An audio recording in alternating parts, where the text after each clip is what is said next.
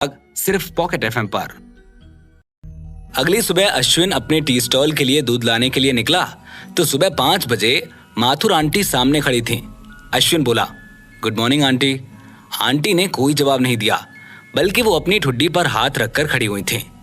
अश्विन को अजीब लगा, पर वो उन पर ध्यान ना देते हुए दूध लेने चला गया। जब वो दूध लेकर वापस लौटा तो माथुर आंटी के साथ पड़ोस की डॉली दीदी और उनकी सास प्रीतो आंटी भी थी। अश्विन ने पीछे से बोला, क्या हो गया आंटी, आप लोग ऐसे इकट्ठा क्यों हुए हो? वो अपने गेट की ओर आया तो सृष्टि टूटी हुई वाइन चाइम समेट रही थी। अश्विन ने सृष्टि से पूछा, क्या बात है श्री? सृष्टि बोली, अरे कुछ नहीं भाई, ये माथुर आंटी बेकार की बातें कर रही हैं। तभी माथुर आंटी कहने लगी, बेटा बेकार की बात नहीं है ये, घर में चाइम्स का टूटना अच्छा नहीं मानते हैं। कल तो बिल्कुल भी हवा नहीं थी, फिर ये कैसे टूट गई चाइम्स? प्रीतो आंटी डॉली दीदी से धीरे धीरे बोली, ये आजकल के बच्चे किसी की बात नहीं मानते हैं। अश्विन और सृष्टि एक दूसरे को देखकर मुस्कुराए और घर में चले गए। इसके बाद सृष्टि स्कूल चली गई। सृष्टि अपने स्कूल में थी जब उसके नंबर पर अनाथालय के वार्डन मनोज का फोन आया और वो बोला, हेलो, हाँ सृष्टि, हम मनोज बोल रहे हैं। तुम्हारी माँ का कड़ा और वो चिट्ठी वो मैकेनिक अली दे गया है। सृष्टि बोली, क्या कड़ा और चिट्ठी मिल गई? मनोज बोला, हाँ, आकर ले जाना। सृष्टि खुशी से कूदने लगी और बोली, मैं स्कूल के बाद आती हूँ। सृष्टि की आंखों में चमक आ गई और वो बोली, क्या उस मंत्र की वजह से माँ का कड़ा मिला है? उसका विश्वास उस चैनल और मंत्र में बढ़ गया। इधर कॉलेज में अश्विन अपने टी स्टॉल का सारा सामान लेकर पहुंचा था और उससे कुछ देर हो गई थी। नीलेश सर की पहली क्लास शुरू हो चुकी थी। अश्विन ने पूछा, may I come in sir? Nilesh sir tea stall का सामान हाथ में देखकर बोले, अश्विन, टी स्टॉल क्लास से पहले बंद कर दिया करो बेटा। Come and settle down quickly. Teacher को उसका इतना फेवर करते देख कुछ क्लासमेट्स चिढ़ गए और अश्विन के पास पॉइंट्स जुड़ने लगे। अश्विन धीरे से खुद से बोला, बिना कुछ करे ही खाता खुल गया आज तो। इस सिस्टम ने उसे अपने प्रति लोगों की भावनाओं को जानने की गजब शक्ति दे दी थी। सबकी नियत वो साफ देखने लगा था। वो बोला, पर इतने पॉइंट्स काफी नहीं है, कम से कम 2000 पॉइंट्स तो चाहिए आज। उसे सबसे नेगेटिव इमोशन पॉइंट्स निकलवाने का आइडिया आया। वो पास बैठी पिंकी से बोला, तुम काफी बदल गई हो, पहले काफी स्लिम थी, इतना वजन बढ़ गया है तुम्हारा? उसके ये कहते ही सिस्टम से आवाज आई, प्लस 163। पिंकी बोली, अश्विन, तुम्हें लड़कियों से जरा भी बात करनी नहीं आती है। अश्विन किसी को बहुत देर तक तंग नहीं कर सकता था, ये उसके नेचर में ही नहीं था। वो बोला, अब राजेश की बारी। कहते हुए वो राजेश की कुर्सी पर जा बैठा और बोला, अरे राजेश, मैंने सुना है कि तेरी गर्लफ्रेंड ने तुझसे ब्रेकअप कर लिया है। मुझे बहुत दुख हुआ यार सुन के। राजेश को अपनी गर्लफ्रेंड पर गुस्सा आया और अश्विन को कोई पॉइंट्स नहीं मिले तो वो बोला, मैंने तो ये भी सुना है कि उसने दूसरे लड़के के लिए तुझे छोड़ा है। सिस्टम से आवाज आई, प्लस 120। राजेश बोला, तुमसे मतलब? अश्विन बोला, अरे नहीं भाई, तू गलत मत समझ, वो तेरे लायक ही नहीं थी। प्लस 60। अश्विन वहां से हटकर अपनी सीट पर आ गया और सोचने लगा, ऐसे एक एक से तो मुझे पूरे दिन में इतने पॉइंट्स नहीं मिलेंगे जितने मैंने सोचा है। कुछ बड़ा करना पड़ेगा। कुछ देर बाद सब क्लास में घेरा बनाकर अपना टैलेंट दिखाने लगे। कोई नाचने लगा तो कोई चुटकुला सुनाने लगा। अश्विन जैसे ही घेरे के बीच में गया, प्लस 15।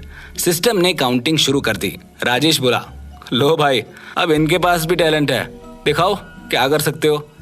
प्लस 50। राजेश, अश्विन की आवाज आई। अश्विन ने जैसे ही डांस के मूव्स किए, सब उसे देखते रह गए।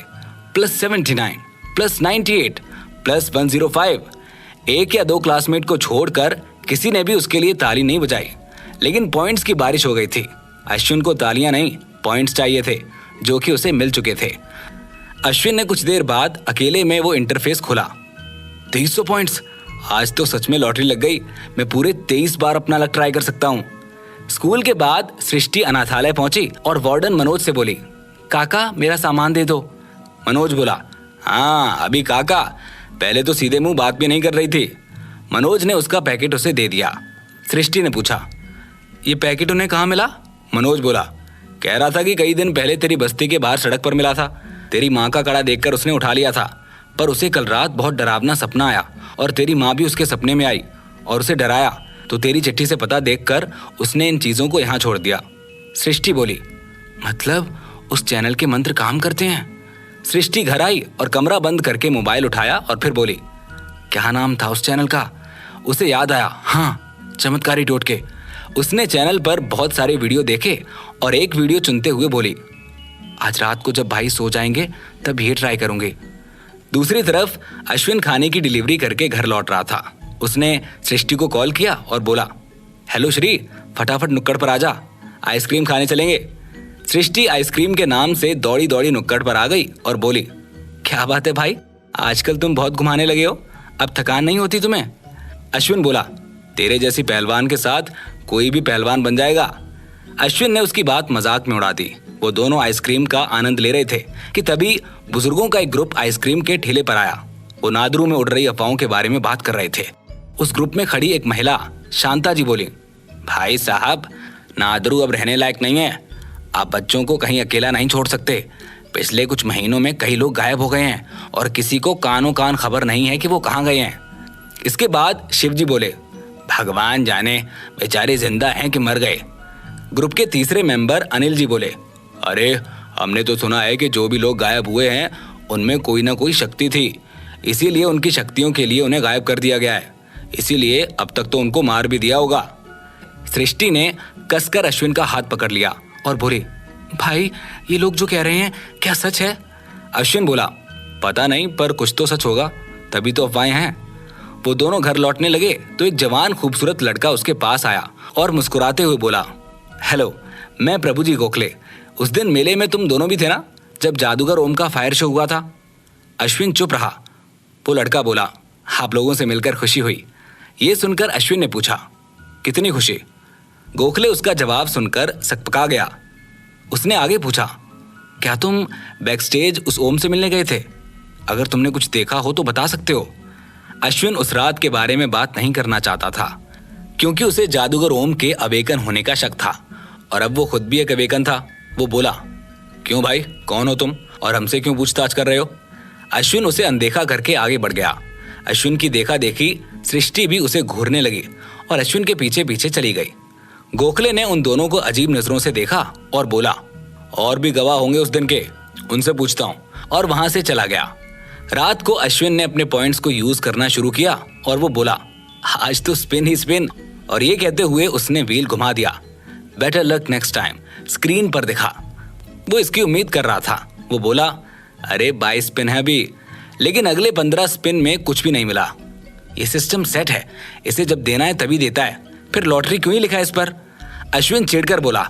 उसके पास सिर्फ 6 स्पिन ही बचे थे, अगले 3 स्पिन भी खाली चले गए। वो अगला स्पिन करने ही वाला था कि तभी सृष्टि के जोर जोर से चिल्लाने की आवाज आई और अश्विन दौड़ता हुआ सृष्टि के कमरे की ओर गया, पर कमरा अंदर से बंद था और उसने बाहर से आवाज लगाई, श्री, श्री, दरवाजा खोल। जब दरवाजा नहीं खुला तो उसने एक ही धक्के में उसकी कुंडी तोड़ दी। वो सृष्टि की तरफ दौड़ कर गया। वो नींद में बुरी तरह से चिल्ला रही थी, दरवाजा खोलो, दरवाजा खोलो, मुझे माँ को देखना है। अश्विन ने उसे झकझोरा और बोला, श्री, जागो, जागो श्री। पर सृष्टि ना तो उठ पा रही थी और ना ही सो पा रही थी।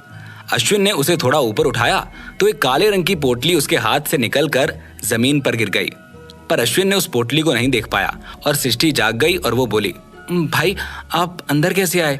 मैंने तो कमरा अंदर से बंद किया था। अश्विन बोला, तू चिल्ला रही थी नींद में तो मैंने दरवाजा तोड़ दिया। सृष्टि चौंक कर बोली, आपने दरवाजा तोड़ दिया?